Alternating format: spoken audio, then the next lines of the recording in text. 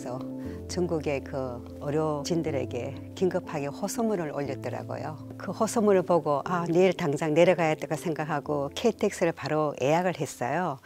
가족들의 얘기를 듣다 보면은 또 망설이게 될 것 같고 해가지고 내려갔는데 KTX를 타고 대구에 내리는데 아무도 내리는 사람이 없고 저 혼자 달랑 내리더라고요. 막 완전 슬렁한 게 그냥 영화에 나올 법한 그런 공포의 도시. 대구에 있을 때는 온 가족이 다 감염되는 사례가 많기 때문에 부모들이 그 뭐 2, 3살짜리, 4, 5살짜리 어린아이 데리고 온 사람들도 많았어요. 어린아이들은 다 제 몫이라서 이제 저한테 많이 와가지고 처음에 오면은 뭐 공주님, 왕자님부터 얼어가면서 이렇게 달래가면서 이제 검사를 제가 이제 했고요. 서울에 구로콜센터 이제 발생했을 때는 서울시에서 잠실운동장에 드라이브 스루 진료소를 이제 설치하고 그때 했거든요. 그래서 뭐 즐겁고 웃을 일이 별로 없었어요. 근데 어느 날 한 40대 후반의 남성분인데 검사를 다 하고는 그냥 이제 차를 빼고 가세요 하고 했는데 옆자리에서 장미꽃 한 송이를 딱 준비를 해가지고 오셨더라고요. 그러면서 저한테 주셨는데 완전 깜놀이었어요. 저는 남편한테도 장미꽃 받아본 적이 없는데 우리가 드라이브 스루 진료소가 폐쇄될 때까지 그 선배 진료소 그 옆에다가 계속 꼽아뒀거든요. 그래서 우리가 볼 때마다 그거 그냥 보면서 웃고 했던 그런 기억은 있어요.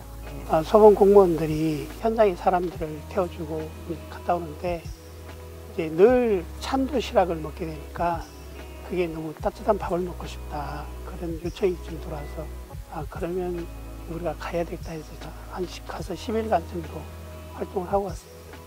대구에서는 못 뵀지만 서울에서도 안 만나게 되네요. 그러네요. 저희 단체도 대구를 내려갔었는데요.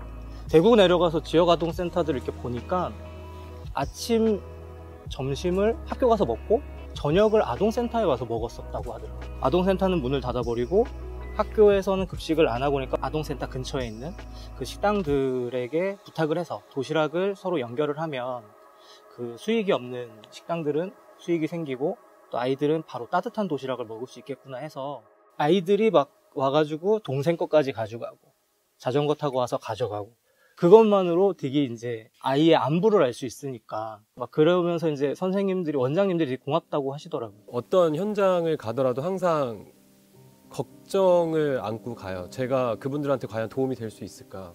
내가 그분들한테 뭘 해줄 수 있지? 이런 생각을 항상 가지고 가는데 이번 수재 현장에 가기 전에도 마찬가지였어요. 이 물이 휩쓸고 지나간 자리에 남는 건 쓰레기밖에 없더라고요. 근데 그것들을 막 그 시장 한복판에 막 산처럼 쌓아놓고 포크레인이 와서 그거를 쓰레기들을 다 수거해가고 하는데 거기에 이제 그 쓰레기들이 뒤섞여서 나오는 냄새들 그 다음에 그 쓰레기들 하염없이 바라보면서 좀 이렇게 지쳐서 그냥 길거리에 터벅터벅 앉아 계시는 어르신들.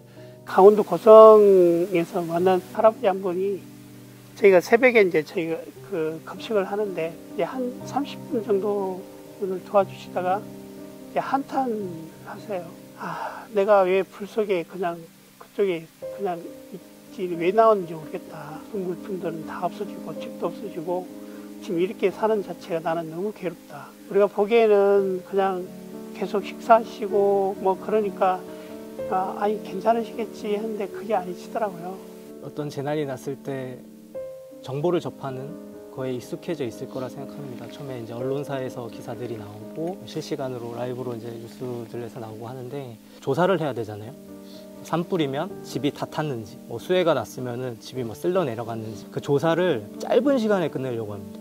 그래야지 뉴스에서 몇 명, 이재민 해서 대피소에 몇 명 이게 숫자가 나와야 되기 때문에 그래서 근데 그 조사 과정이 굉장히 안 좋죠. 어디 탔어요? 그러면 어디 탔다고 이렇게 하는데 이거 탔어요? 안 탔어요? 좀 타다가 말하는데 그럼 안 탔어요. 막 예를 들면 이렇게 가는 거예요. 의자를 던지시는 분이 있었고요. 좀 더 섬세하고 좋은 사례가 있어야겠다는 생각이 좀 많이 들어서 재난이 딱 일어나고 나서 한 약 일주일에서 2주일 사이에 엄청난 지원이 쏟아지고 관심이 쏟아지고 응원이 쏟아지고 근데 그 한 2주 정도가 좀 이렇게 지나가면 이제 관심이 급속도로 사라지고 그분들이 어떻게 살고 있는지 이런 것들이 관심이 없는 것 같아요.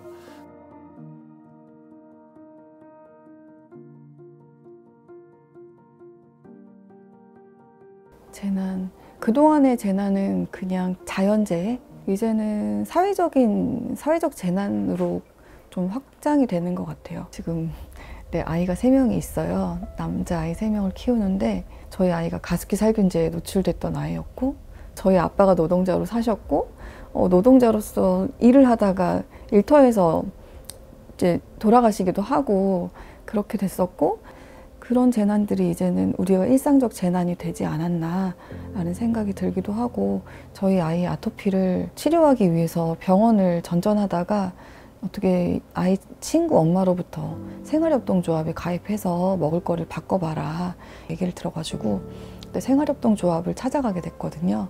그렇게 갔는데 서로 되게 따뜻한 문화가 있는 거예요.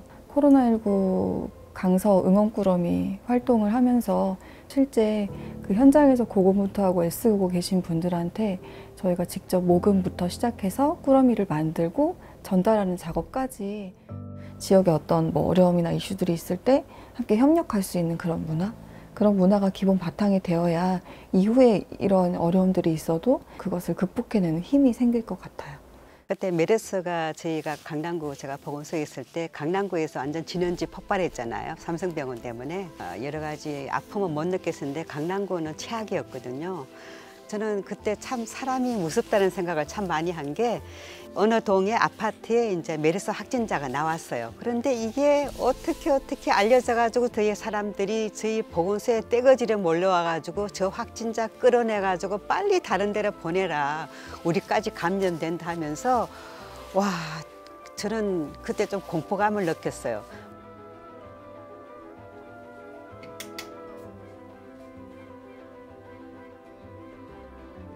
우한에서 교민들을 우리 정부가 360명 정도를 데리고 오면서, 근데 그 기간 동안 갈 데가 없었던 거예요.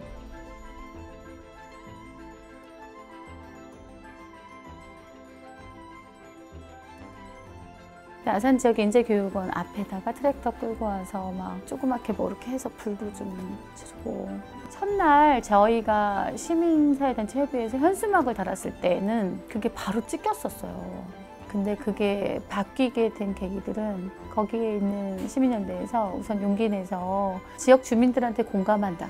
하지만 그러면 우한 교민은 그럼 어디로 갈 것이냐 라는 질문을 던지면서 그러니까 시민단체 활동에 공감하던 사람들은 그래, 우리가 그럼 우한 교민을 또 어디로 보내겠어 라고 하는 그 질문, 그 말에 되게 많이 공감을 했던 것 같아요. 근데 시민들한테 제가 감동받았던 건 뭐냐면, 위아 아산이라고 해서 저희가 내가 아산이고 그다음에 내가 우한 교민이다라고 하는 그 운동을 한 사람이 시작하면서 이제 계속해서 연결돼서 지역에서 그게 굉장히 큰 이슈가 됐어요. 나가실 때 그때 인터뷰 방송국 와서 막 찍고도 했었는데 무지 많이 울었어요. 글쎄, 왜 그렇게 눈물이 났을까요? 인간이 인간에게 따뜻한 마음을 품고 그 사람들이 어렵지 않기를 바라는 마음이 저는 우리 모두에게 있다고 봐요. 다른 사람들을 괴롭힐 때보다 다른 사람들한테 따뜻한 말 한마디 해주고 그 사람들이 나로 인해서 행복하게 느낄 때 우리는 더 많이 행복하지 않나? 근데 요즘은 SNS 시대라서 젊은 애들이 전부 다 스마트폰만 보고 남한테는 관심이 없잖아요. 아닙니다. 아니에요? 아니에요? 어떤 상황이 발생한다면 저는 다 역할들을 할 거라 생각을 하고. 나이를 여쭤봐도 될까요? 네, 저는 29살입니다. 그럼 92년생이요? 네, 92년생. 평범한 직장인인 것 같습니다. 저는 군대에서 다리를 좀 심하게 다쳤었거든요. 주변에서 도움을 많이 받게 되고, 그런 받았던 도움을 이제 조금씩 갚아나가겠다는 생각을 하다 보니까. 다리 다치면 힘싸 많잖아요. 네. 그렇게 생각을 하진 않잖아요. 저도 잘 모르겠어요.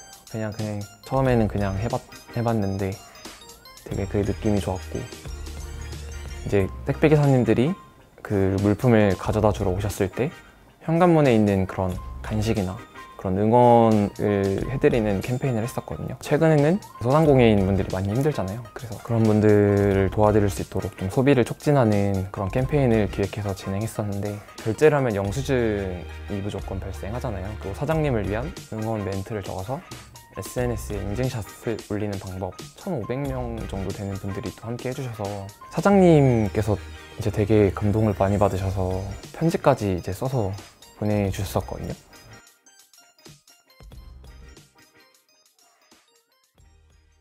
현장이 굉장히 재밌습니다. 재미라는 게 뭐냐면 정해진 게 없기 때문에, 그리고 처음 만나는 사람과 다양한 관계가 형성이 되기 때문에 그때 너무 힘들었기 때문에 아 이제 좀 며칠 쉬고 좀 쉬어야 되겠다. 그 드라이브 스루하고 선별진료소 설치하는데 의료진이 부족하다고 서울시 자원봉사센터로부터 문자가 와요. 아 그때는 또 이게 몸이 근질 또. 전 사실 영화랑 드라마를 잘 안 봐요. 저한테는 봉사거든요. 저는 완전 재밌다고 생각합니다. 그냥 일상을 보면 딱 우리 가족, 우리 아이, 나 이렇게만 바라보게 되는 것 같아요.